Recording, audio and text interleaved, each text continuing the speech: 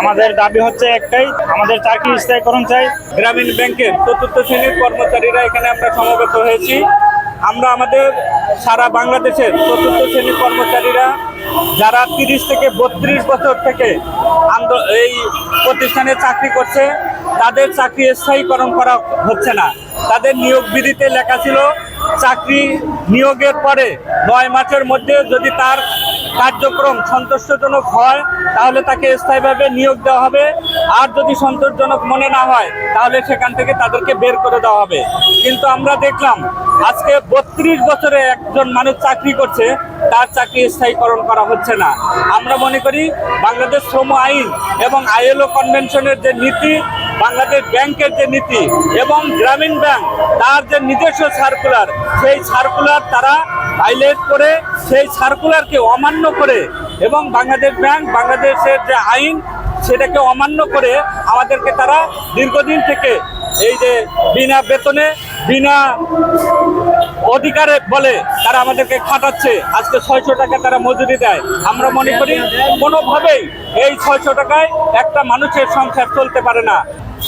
দীর্ঘদিন ধরে আমাদেরকে এই চতুর্থ শ্রেণী কর্মচারী মর্যাদা থেকে ভিন্ন করে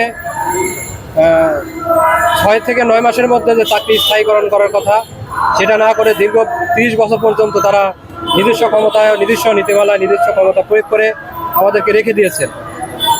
আর দ্বিতীয়ত দেখেন, 1992 সাল থেকে 2019 সাল পর্যন্ত আমাদেরকে এক ব্যক্তিকে, আমার জানা নাই যে বাংলাদেশের এমন কোনো আইন বা পৃথিবীর এমন কোনো আইন আছে বলে আমার জানা নাই, যদি তাকে আপনারা পরিষ্কার করবেন আপনাদের মাধ্যম দিয়ে, যে একজন ব্যক্তি কিভাবে 24 ঘন্টা ডিউটি করতে পারে। আমরা 18 বছর যাবৎ প্রত্যেকটা সহকর্মী, প্রত্যেকটা কর্মী আমরা এই কাজ করেছি।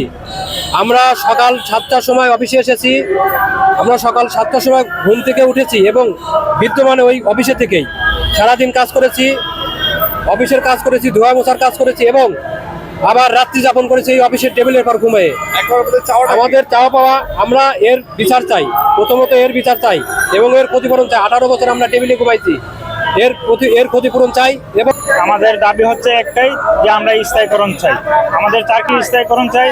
আমি বাংলাদেশ সরকারের, অন্তর্বর্তীকালীন সরকারের প্রধান উপদেষ্টার কাছে অনুরোধ করে বলবো যে স্যার, আপনার হাতে গড়া প্রতিষ্ঠানে আপনার হাতেই আমাদের চাকরি হয়েছে।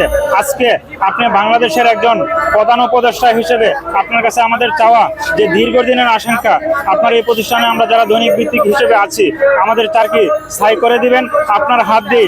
আপনি বিশ্ব দরবারে একজন মহান পুরুষ, আপনি বাংলাদেশের গৌরব। আপনার প্রতিষ্ঠানে যেন আমরা কোনো ধরনের অবহেলিত না হই, কোনো ধরনের অত্যাচার যেন না হই। বাংলার বিশ্বে, গোটা বিশ্বের বুকে যেন আপনি মাথা উঁচু করে দাঁড়াতে পারেন, গোটা বিশ্বের বুকে যেন আপনি পরিচিতি করে দিতে পারেন যে আমার প্রতিষ্ঠানে কোনো বৈষম্য নাই, আমার হাতে গড়া কোন প্রতিষ্ঠানে কোনো ধরনের কোনো বৈষম্য নাই, আমার প্রতিষ্ঠানের সকল কর্মকর্তা কর্মচারীগণ সুষ্ঠুভাবে জীবনযাপন করছেন। এই আশায় আমি করছি আপনার হাত ধরে আমরা যেন আমাদের চাকরিটাকে স্থায়ী করে নিতে পারি, আমরা যেন আমাদের পরিবার পরিসন্তান নিয়ে, সকলকে নিয়ে সুস্থভাবে জীবনযাপন করতে পারি। আজকে আমাদেরকে যেই হারে বেতন দেওয়া হয়, দৈনিক 600 টাকা হারে, এই হারে আমাদের বেতন দিয়ে আমরা আমাদের সংসার ধর্ম চালাতে পারছি না। এর মধ্যে যেই প্রতিষ্ঠান আজকে অনেকটা একটা চিঠি করেছেন, এই চিঠি অনুযায়ী আমরা একটা প্রতিষ্ঠানে 56 দিন বছরে বেতন পাই না। প্রতি সপ্তাহে 1 দিন, মাসে 4 দিন, অথবা কোনো মাসে 5 দিনও পরে, যে প্রতি শুক্রবার 2 ঈদের 2 দিন বেতন পাই না এবং দুর্গাপূজার 1 দিন, 25শে ডিসেম্বর বড়দিন 1 দিন, এই মোট 56 দিনের বেতন পাই না।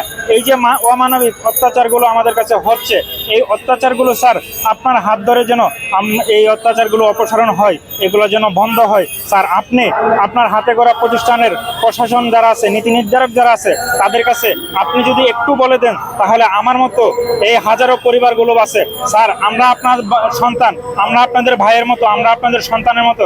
আজকে এই প্রতিষ্ঠানের সম্মান অক্ষুণ্ণ হোক, এই প্রতিষ্ঠানের মান সম্মান ধুলে মিশে যাক, সেই জিনিসটা আমরা চাই না। আজকে আমরা রাজপথে আসতে বাধ্য হয়েছি এই জন্য যে গত 31/1/2025 তারিখে সংবাদ সম্মেলন করার কারণে আমাদেরকে এই প্রতিষ্ঠান যোগদান করতে দিচ্ছে না। আপনার অনুরোধে, আপনার সহযোগিতা চাই, আমরা আবারও এই প্রতিষ্ঠানে ফিরে যেতে চাই এ বলে